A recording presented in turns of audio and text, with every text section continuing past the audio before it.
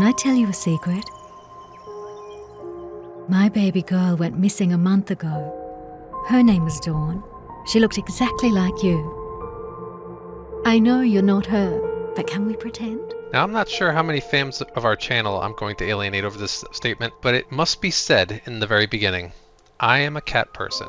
That's why when I got the opportunity to review Copycat, a new game released by the publishing company Spoonful of Wonder, I pounced at the chance. Copycat is a third-person narrative-based game where you control a stray cat who is adopted by an old woman and brought home. During the course of this game, your cat Dawn goes on her own journey of self-discovery to truly understand what home and family really means. You're always in the perspective of the cat exploring your house and the neighborhood, though there are some dream sequences where she imagines being a wild cat running free in the savannah. The highlight of playing Copycat for me was the narrative. The cat never actually speaks, although you can press Y to meow all you want, but her thoughts pop up in various places in your environment. At the moment of recording this, my own cat is 16 years old, and I've had him since he was about 13 weeks old, and I could totally see him thinking the same things as Dawn, the cat, did, as he went through his young rambunctious days. This isn't the first home that has adopted Dawn in the game, which sets up the reasons why she doesn't trust the new home as much as a new kitten might. Her journey gives me all kinds of feels and laughs, and it felt genuine and wholesome. The gameplay is simple.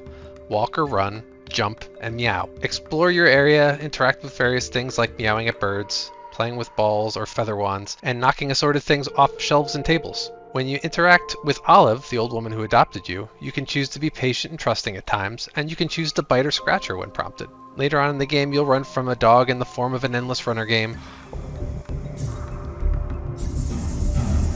What might be my favorite button prompt of all time is in this game. Hold Y to purr, and when these moments come up in the game, you can't help but smile. Every game needs a button to start purring. How else do you know you're in a happy moment? The music in game was perfect for reflecting a finicky cat's journey of self-realization. Now, if I had to be nitpicky and talk about things that weren't exactly perfect, I'd probably go as far as to say I wish there was a chapter select screen after completion, so I could go back and get any trophies that I missed the first time around. I did do pretty good on that account. I only missed about 6 or 7 trophies, though I could easily go back through the game again to get the rest knowing what they are now. My first playthrough of the game took me about 4 hours, and that was with copious amounts of cat-like curiosity that somehow didn't kill me. My other detractor about this game is that there isn't really much of a reason to replay this one once you're done, other than to finish the trophies and relive Dawn's journey. It would be nice to have an element of choice in the game to decide the ending to Dawn's decisions down the line. Still, despite this, I still get the itch to go back and restart the game again now that I'm done. Or is that itch fleas? I'll have to figure that out. I realize that a lot of people might see this game and think, is this game a copycat of Stray? The cat game that came out a year before this one? I can honestly say I didn't play Stray yet, though not from lack of wanting to, so I can't really compare them. From what I can tell, these are two very different games with very different purposes, so don't go into this game with any preconceived notions. And finally, I always like to give my parental opinions in case you're thinking this sounds like a good game for your young ones, and it absolutely is.